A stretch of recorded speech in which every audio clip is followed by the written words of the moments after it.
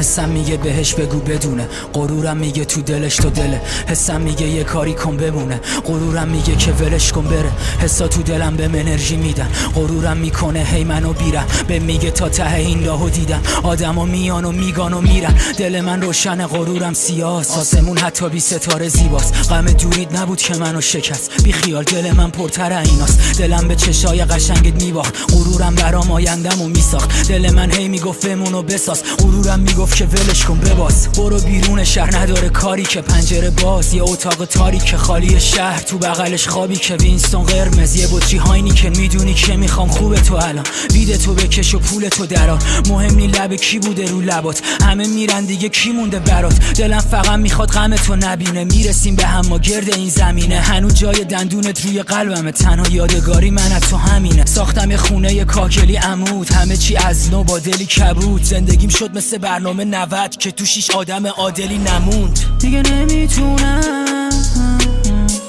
واسه دکا میدونم، آدم چه زود یادشون میره.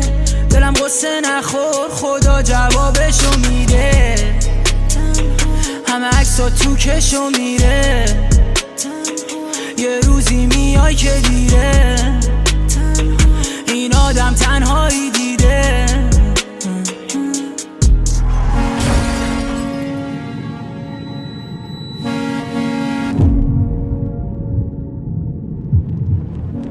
همه غمای این قصه توه، من حسم رو تک شده مثل تتو. سر شب خالی شده نصف پترونه، نمیتونه چیزی از این حسه کم کنه. عشق یه دراگه یه جنس سرخوده که نبودنش دلیل طلسم من شده.